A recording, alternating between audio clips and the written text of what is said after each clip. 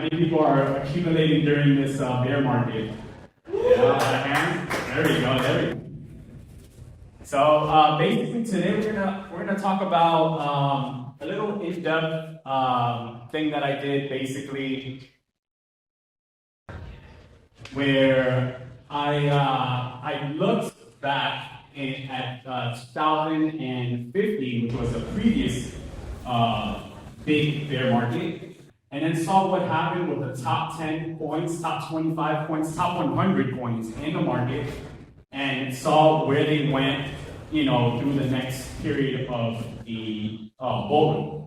And then just to kind of get an idea of how they performed, like the top 10 versus top 25 versus the top 50, and kind of just to get an idea and to see if any patterns kind of stuck out, and to maybe give us a better idea of what we could possibly expect on this next bull round.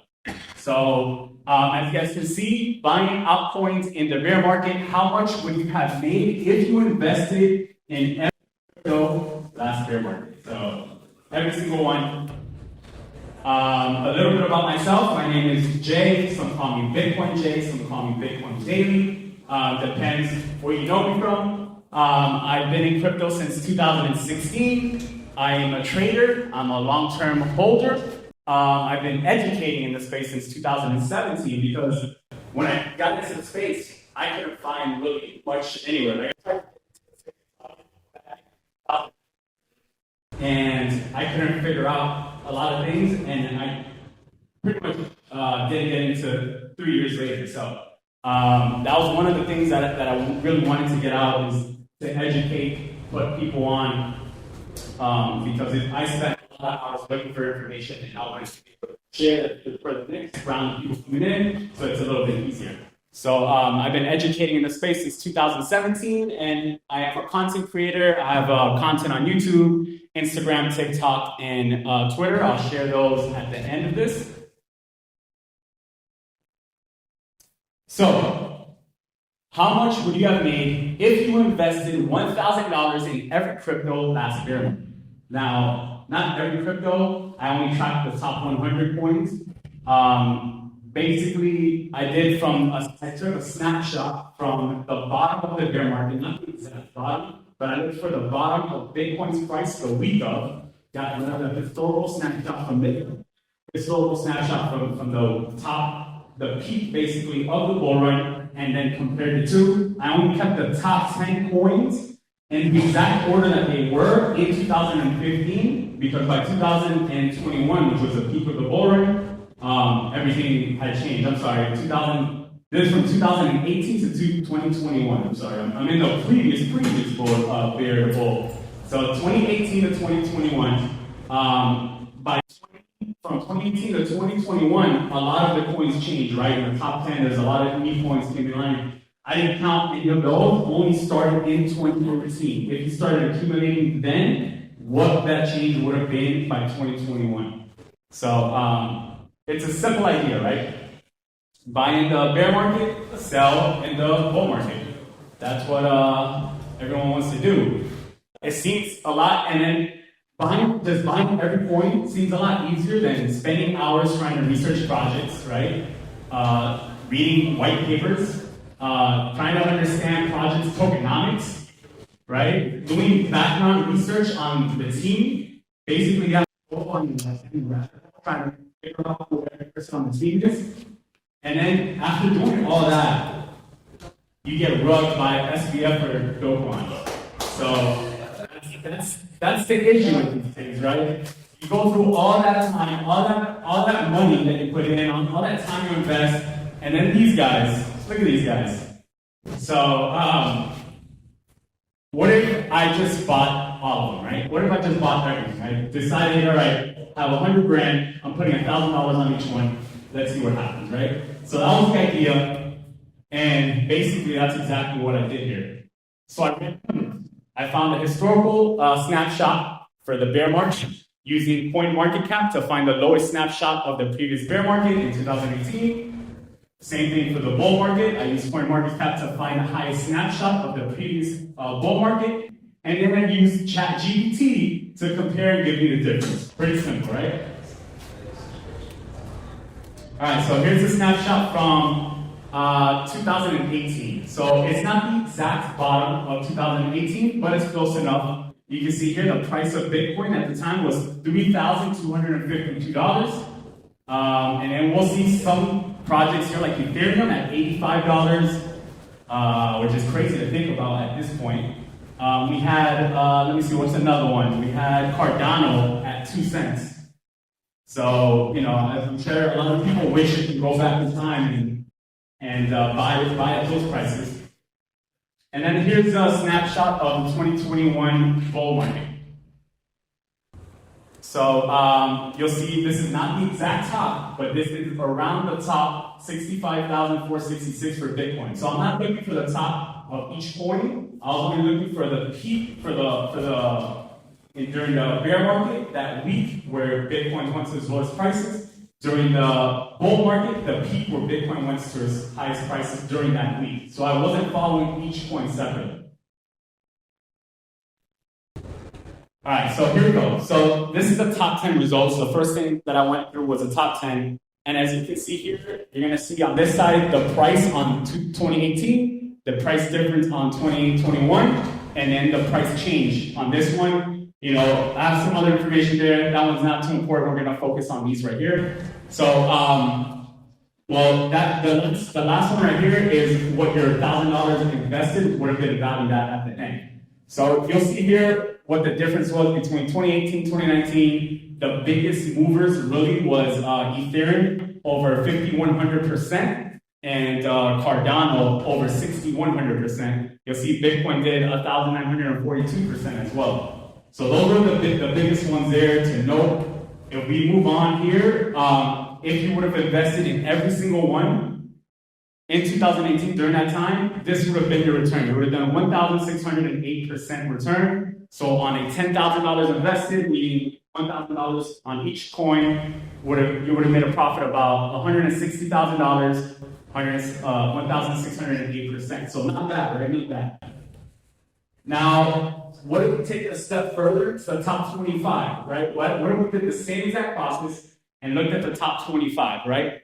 So that's what I did here. Put all of them together here, top 25, their exact changes here, and what the value of $1,000 invested in every single one would have came out to. And you'll see the top four right here, I think was Binance Coin, over 12,000% return.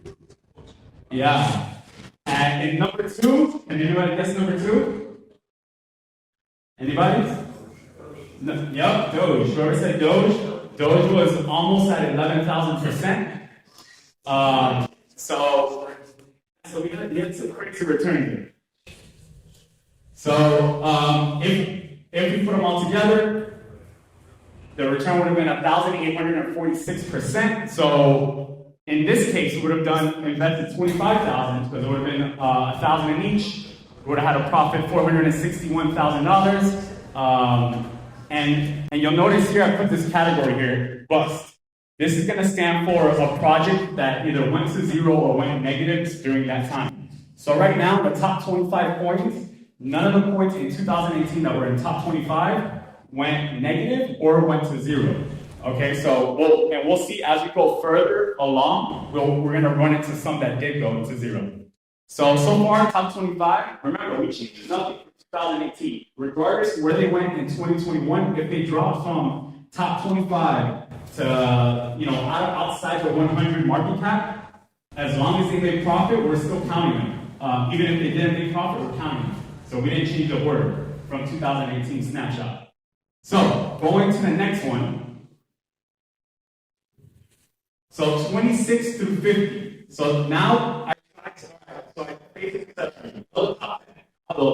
we know how the top 25 did. Let's see what the back end of the top 100 points did together, right? So I basically cut them into four quarters, right? Top 25, 26 through 50, 51 through 75, 76 through 100. So these are the results of 26 through 50. And you're going to start seeing some negatives here. You'll see a few Rebane, minus 90, Cash with a Q, minus 81%. So a few of these started busting, right? And we're going to see that in the next slide here. So now, if you invested $1,000 in 26 through 50 top market caps, it would have only returned 435%. So $25,000 invested would have been $108,000 in profit. And this is the main thing right here. Bust. We got 7 projects that busted. So that means that 7 projects in the top 26 to 50 market cap went either negative or to 0. All right. Remember, in the top 25, we didn't see any of those. And now we can see here compared. We can see here all of them compared at this point. Going to the 51 through 75, same thing. We ran the same exact process, and the return went even lower. 254% is what the return would have been. $63,000 in profit. Again, 7 different projects busted in this range. And then the final one, 76 through 100, 351%. So it did a little bit better. You'll notice it did better than the previous one. But what you'll see here is that 9 projects busted in the back end here. So the further and further we got into the market, into the top 100 market cap, the more projects busted, right? And we'll notice that the only reason this outperformed the previous one, if this will go back, is because we had one project that had some insane returns. Let me see here. Where is it? Yeah, data. I'm not sure. Oh, here it is. 9,476%. So that one project basically carried the rest of these here because we had 9 projects bust here on the back end. And then if you just kind of put it all together, let's say we would have done 821%. So, and overall, 23 projects busted out of the top 100 projects overall in the top 100 market cap, right? So that gives us an overview of how this performed. We have the top 100. If you just invested in the top 100, if you just invested in the top 25, would have had the best returns there. And then top 100 would have been the on third place, basically. Then 26 to 50, 76 to 100, and then 51 to 75. So after doing all this, and it took a few hours, right? After going through this entire process, and I said, okay, what if I just bought and held Bitcoin, right? Well, Bitcoin would have definitely outperformed all of those. And then what if I just bought and held Ethereum? Ethereum would, of course, outperformed all of those. You can see it way outperformed it, everything, right? So the lessons that I learned while I was doing this is basically, a lot of times we overanalyze everything, right? Instead, sometimes the simplest solution gives you the best result. And I know a lot of people get stuck with that analysis paralysis as well. Another thing I learned is if you do want to diversify, a lot of times the best option is to stick to the top 10 to 25 cryptos. These had 0 projects that busted or went to 0 or went negative, making it the safest choice plus the best bang for your buck. So if you're looking to diversify, you don't want to do research, you just want to put your money into something, I would say stick to the top 10 to top 25 cryptos. And then the last lesson I learned, each cycle is less parabolic. So in 2015 bear market to 2017 bull market, Bitcoin went up over 83,000%. Versus the previous bear to bull market, it went up 1,900%. So you'll see that's a big difference, 83,000 versus 1,900. I'm expecting this time around to be kind of similar, where we're not going to get 1,900. It'll be less than that, and then the next one is going to also continue that trend. At the end of the day, there's no magic pill to outperform the market, right? It's magic pill. We're just looking for how can I outperform the market. There's no one way to do it. You're going to have to spend time. You're going to have to do your research, and you're going to have to look for those diamonds in the rough and get in early, basically, in order to outperform the market, or maybe just buy Bitcoin or something like that. See if you get lucky, right? So if you guys want to follow me, I go by Bitcoin Daily. You can find me on YouTube, you can find me on Instagram, you can find me on Twitter, and on TikTok. I post daily content on all of these Everything from, what coins I'm buying, how I'm investing, trading tips, what I do with my trading strategies. I also post a lot of tools and websites that I use for doing research, when I'm looking at projects, how to do the research, all of that. And that's pretty much it. If you guys have any questions, I'll open it up to you guys to answer any questions you guys might have.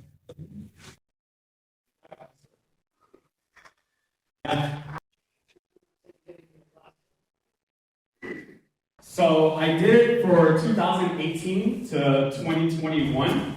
And then I did do the top 10 from 2015 to 2017. And just the numbers were so insane that it kind of skews, I think, the performance, the overall performance. If I showed you, like Bitcoin did 83,000%, right? I think Ethereum did even more than that. So those numbers were insane. So I did do the same thing, and that's one of the things I learned, that every market is going to be less and less parabolic. We're not going to move as high as we did the previous one. So yeah. So I actually have an entire video. It's a 10-minute video where I go through all this exact information in 10 minutes. And I show you all the numbers, including those from 2015 to 2018. You can find that on my YouTube channel. Yeah, no problem. Any other questions?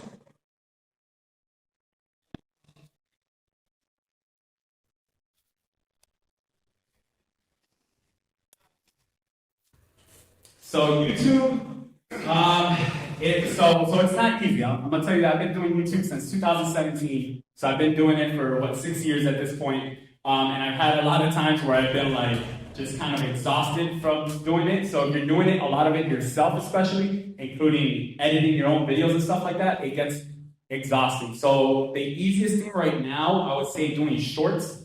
A short is a video less than 1 minute long, and you can post that on YouTube, and that hits the algorithm, pretty easily. You can get views and subscribers just off of that. So I would say you can start with that, and then make sure that if you're doing crypto, look for what's popular right now if you want to try to get that growth quickly. So, in the last few weeks, it's been like meme coins, right? So if you would have done a meme coin video, you would have got a lot of views just off of that. So I would say you can basically start there, and then from there, just kind of learn, because there's a lot that goes into it. There's scripting, and that's another thing I was saying. Make sure to script out your stuff, even if everything might not be the script.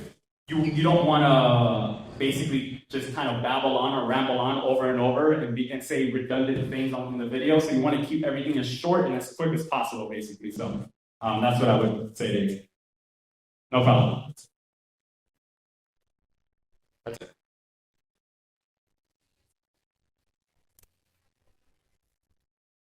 All right, thank you guys so much. Appreciate it.